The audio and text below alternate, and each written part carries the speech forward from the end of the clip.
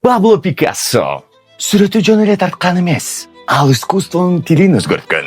Ал Испаниянын Малага шаарында төрөлгөн. Пикассонун атасы да сүрөтчү болгон. Ошондуктан ал сүрөт дүйнөсүнө бала чагынан эле аралашкан.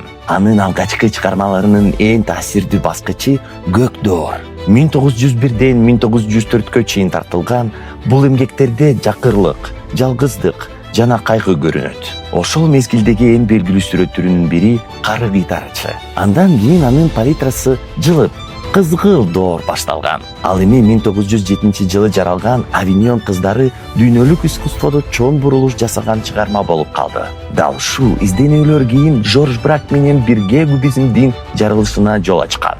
Пикассонун эң кубаттуу чыгармаларынын бири Герника. Ал 1937 жылы Герника шаарынын бомбаланышына жооп катары тартылган жана согушка каршы эң таасирдүү сүрөттөрдүн бирине айланган. Ылаган аял болсо ошол эле трагедиянын адамдык азабын бетке чапкандай көрсөткөн чыгарма. Пикассонун түшүнүү сүрөттөрдү көрүү эле эмес, искусство кантип улам жаныча ойлонорун түшүнүү.